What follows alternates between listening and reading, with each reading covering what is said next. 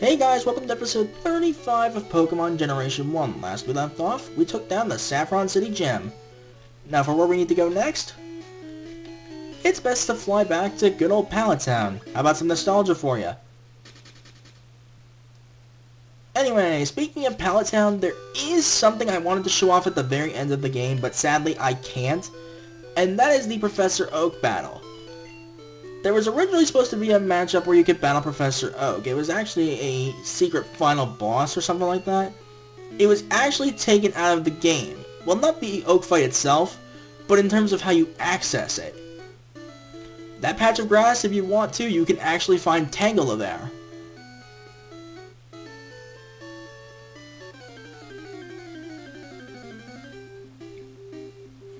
Hey, Tentacool. Level 5, really? But yeah, you can no longer access the Professor Oak fight legitimately. You either have to do a glitch I'll be talking about later, or there's something specific involving Ditto, which involves having its special stat being a certain number and lowering its attack by 4, 5, or 6 stages, which will yield one of Oak's 3 potential teams. Because he has 5 Pokemon, one of which being the starter that is actually weak to yours since it's the only starter you and your rival didn't choose.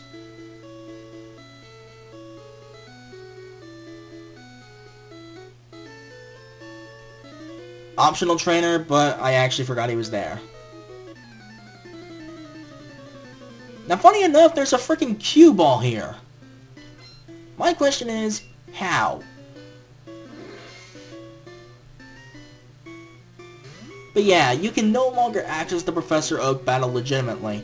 Well, you could never do it in the original Red and Blue. Or Yellow for that matter. Frickin' recover. But yeah, since the Ditto glitch is really frickin' complicated, I unfortunately can't show off the Professor Oak battle. Now, with the other way I could do it is through another glitch. But the thing is, you need to have the character MN in the 3rd, 5th, or 7th character slot and do that glitch. The thing is, it does not yield his correct team. Or one of his correct teams, rather. As far as I'm aware. So, unfortunately, I cannot show off the Professor Oak battle at the very end. Which is what I wanted to do. So, oh well. Would have been cool to show that off, but so it goes. Kinda wish Fire Red and Leaf Green added that back in, but oh well. Anyway, welcome to Cinnabar Island. Now, there is something we'll want to do right from the start. First, let's check the Pokemart. Do you sell Ultra Balls? Yes, you do. How many can I buy? 13. That should be a good enough number. Because yes, I will still be stocking up on a lot of Ultra Balls.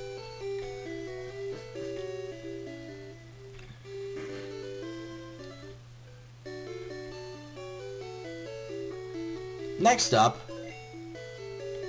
I'll actually need to deposit Spearow and another teammate.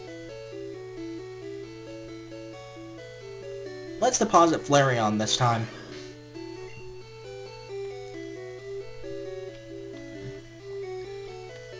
And also Spearow. Now, remember those fossils we got way back when? It's time to finally take those back out. The Dome Fossil and the Old Amber. We'll also take out HMO2.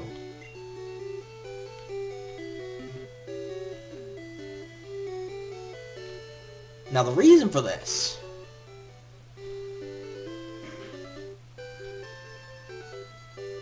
welcome to the Fossil Research Lab. Go into this 3rd door.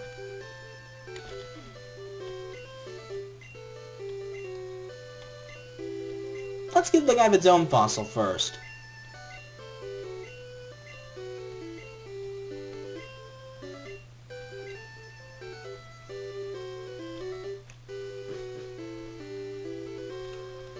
Now I believe in here,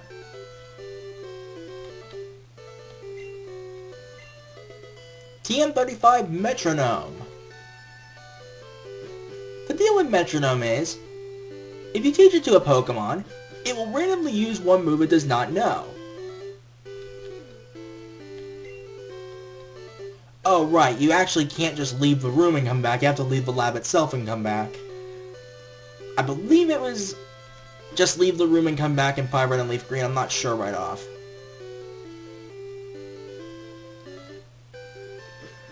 Now there is a couple other TMs we can get now that we have Surf, but hey. Kabuto, don't plan on using it.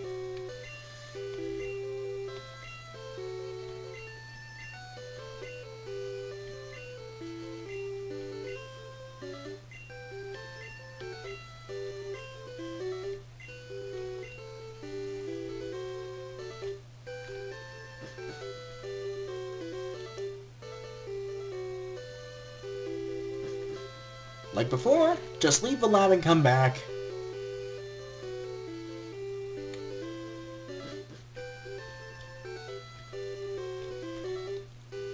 And this is what we're really here for. Aerodactyl. This will be our final teammate. Now, worth noting, in Fire Red and Leaf Green, it would actually be level 5 upon you getting it at first, making it more of a pain in the ass to raise.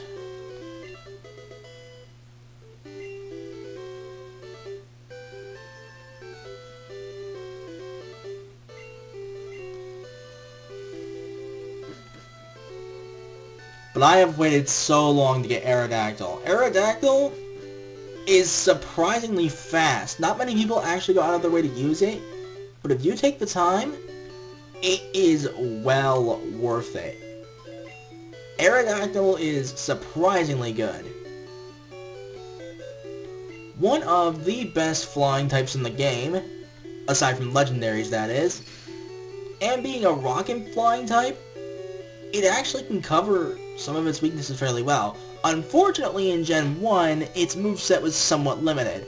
Later generations gave it a much more varied moveset, giving it both Earthquake and Stone Edge. Yeah, very fun moves to have around that.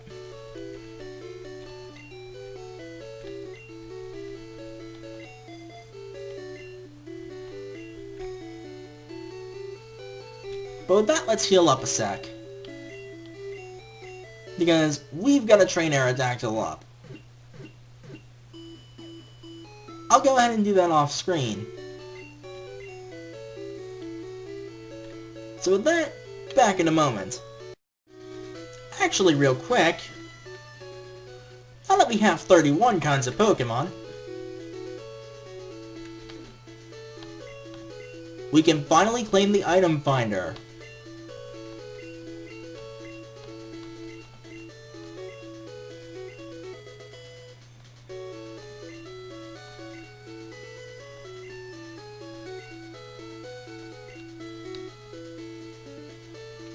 Anyway, with that, I'll be right back. Okay, on the way to the other route to Fuchsia City, I've managed to find TM39. Swift. Actually, I was looking for that, because Swift on Aerodactyl is fairly good.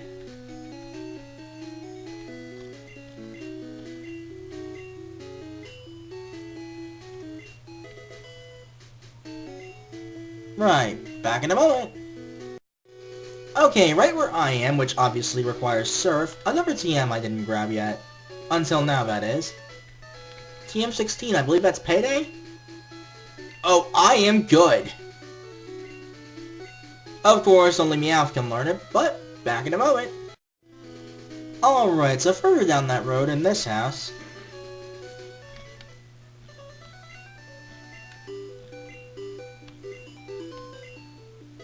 the Super Rod. The best rod in the game. Helps you get a lot of different stuff. I actually forget some of the Pokemon that you can get. I know you can get like Goldeen, Horsey, Poliwag, all that good stuff. I believe we can also get Krabby this way as well. Right, I'll be right back.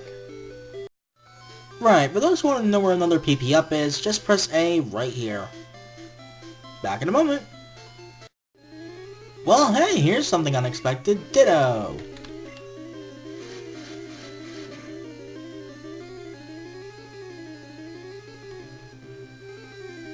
And Ditto's gimmick, transform.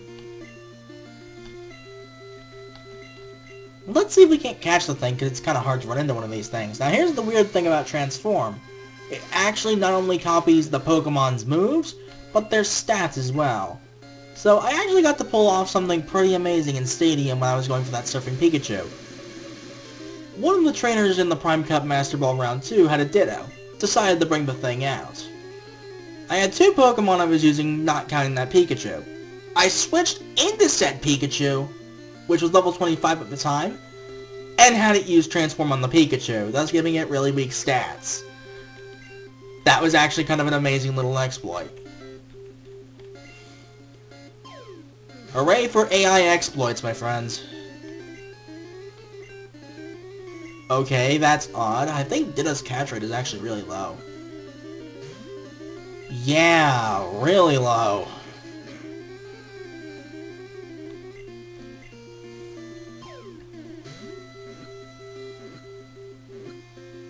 There we go.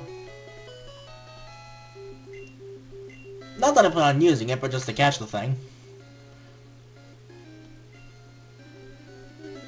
Now, in later generations, it would gain a hidden ability, Imposter, which basically skips the turn needed to transform.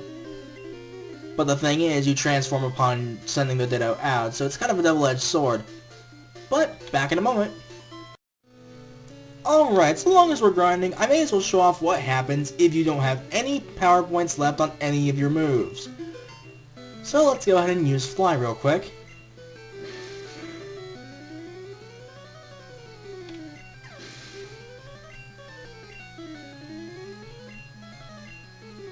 And, with no moves left,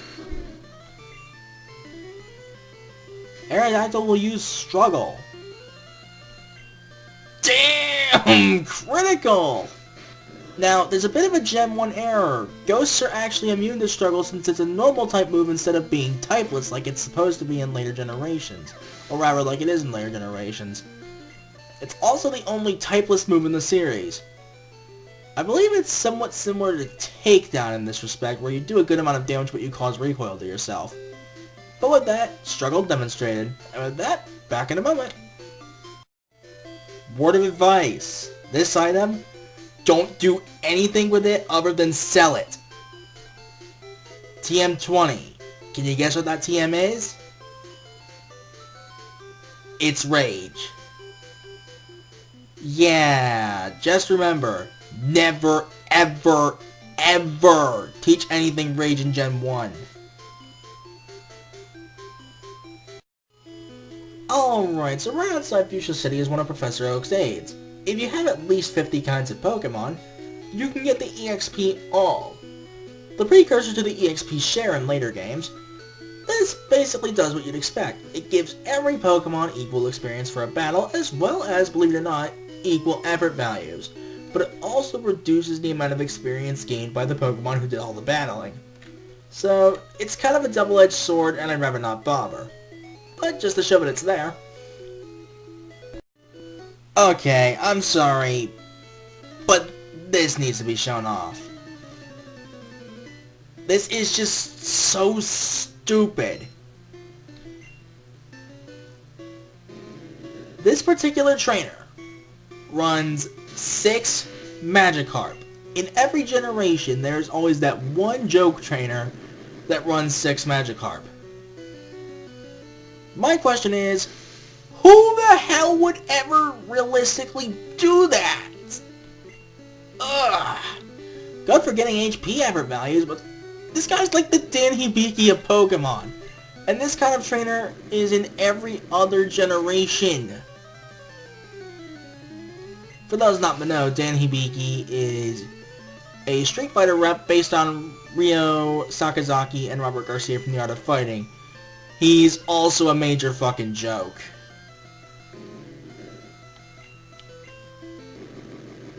Yeah, Dan outright sucks, especially compared to pretty much almost everybody else, if not everybody else, in the SF lore. And this trainer is basically a representation of that. Who uses 6 Magikarp, let alone at levels where they should all be Gyarados?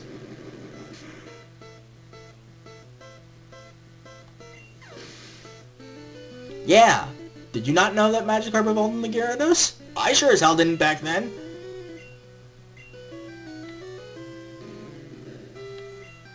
Level 20 to be exact, but seriously,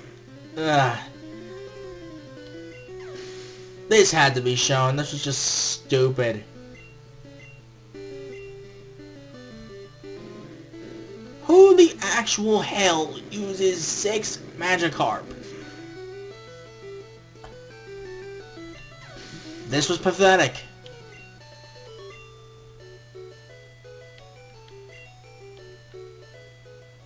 Yeah, that happened.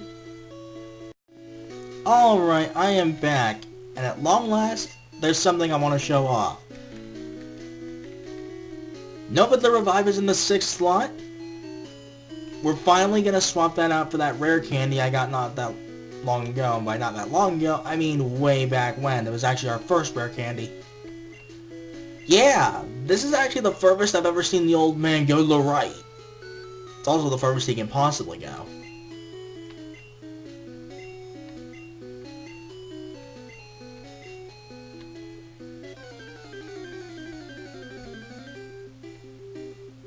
Now, in talking to this old man, because he takes over the player character's sprite model, well, his sprite takes over the spot of the player character, something doesn't load right at the east coast of Cinnabar Island.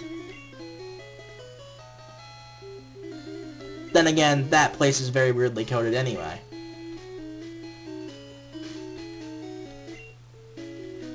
And, in doing this,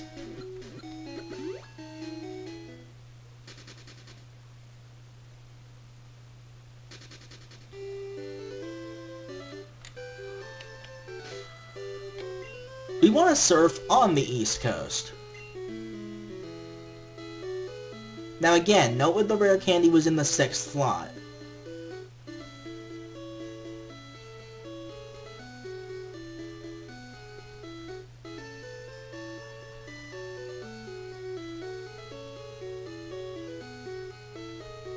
Now, if this would show up, please.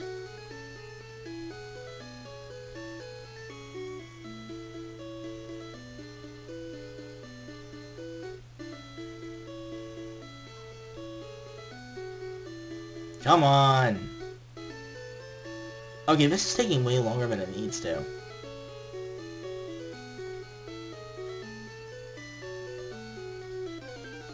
There we go! We're not supposed to be able to run into Tangela here. This is what I mean by the East Coast being very weirdly coded. You can actually run into whatever you were able to run into on the last route where you had random encounters. Or rather, in this case, since I was able to have a random encounter on that route, which is, for the record, the route above Cinnabar Island, you can run into Tangle, you can run into Tentacool. For some reason, you can run into Pidgeotto when you're not supposed to, but that's not the main attraction here.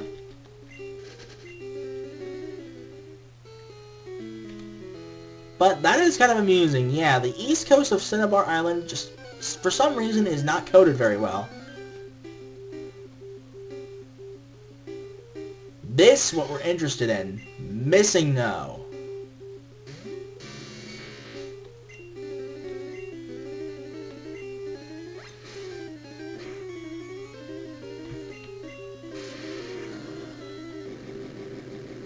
Now, Missing No can be in the sprite form of whatever it wants. It's basically determined by the character's name. Now, this is important. Whatever item is in the 6th slot of your bag gets duplicated. This is a major glitch. It's also a very iconic glitch. It's also why I have that rare candy and this PP up. Time for some exploits. Back in a moment. Right, in the middle of doing this missing no exploit,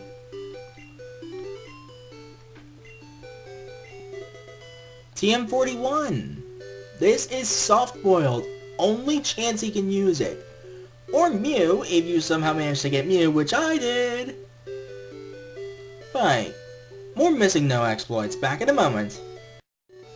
Right, so long as we're here in the Celadon department store, there is something I do want to talk about. You can actually buy the TM for Horn Drill, which, as I said before, is a one-hit kill move. You can also get the TM for Counter here.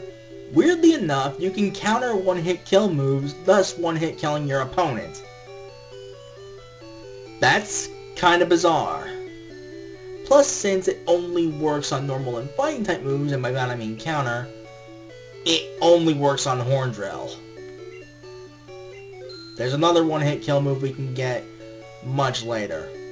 But yeah, can you tell I got a lot of money from doing that missing no exploit? Right. Back in a moment once I've maxed out everyone's EVs. Right, I am back after some missing no exploitation. That is actually short for missing number, by the way. And everyone's EVs are maxed out, which you won't be able to tell right off. But I also did some PPF exploitation. Yeah, 8 uses of Hyper Beam, that's kind of ridiculous. I did that for every move I will be keeping. I.e. Body Slam, Hyper Beam, Double Edge on both Flareon and Aerodactyl, Mega Kick, Submission, Rock Slide, Earthquake of course. I also duplicated the TMs for Earthquake and Double Edge while I was at it. And with the exception of 4 moves throughout this team, I've got everything. Now you may be thinking I'm going to use Rare Candies and get everybody to level 100 right now. Don't worry, I'm not going to do that. In fact, I've actually decided to not bother using Rare Candy duplication for level up purposes. At least for this playthrough. I will be doing things the legitimate way. But with that, next time on Pokemon Generation 1, we're going to be exploring the Pokemon Mansion. So with that, later guys.